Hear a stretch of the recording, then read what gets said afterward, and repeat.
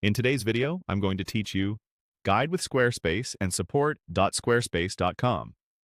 By the end of this walkthrough, you'll know exactly how to navigate from Squarespace's website to the official Help Center article on canceling a website subscription. This is perfect if you're planning ahead for billing changes or just want to understand your options before making a decision. First, head to Squarespace's Create Your Website page.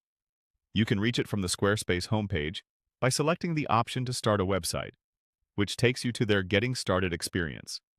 Don't worry about templates or sign-up prompts right now. We're using this page as our starting point because it has a quick path to their support resources. If the layout looks a bit different from what you see here, that's okay. Squarespace occasionally updates their navigation, but the same links will be available. Once you're on the Create Your Website page, look toward the top navigation and click Resources. On desktop, this appears in the header. On mobile, you may need to open the main menu first to see it.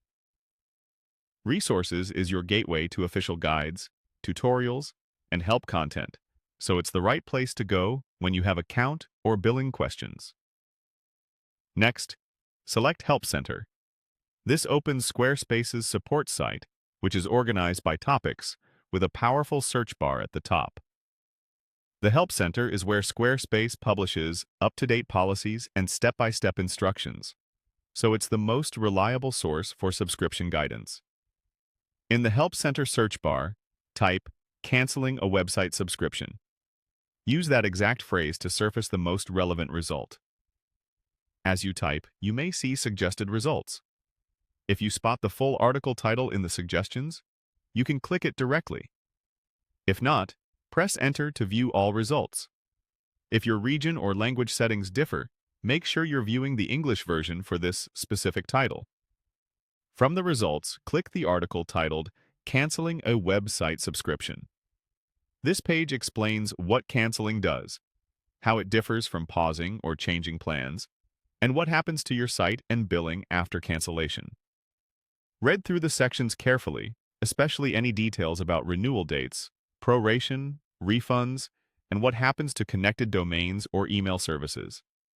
If you're evaluating alternatives, look for links within the article that discuss pausing a site or downgrading a plan, so you can choose the option that best fits your needs. It's also a good idea to note any timelines mentioned, such as when access ends or when a site becomes unavailable, so you can plan exports or backups beforehand if necessary. That's it. You've gone from Squarespace's website straight to the official Help Center article you need, with a clear path to understand and manage your subscription confidently.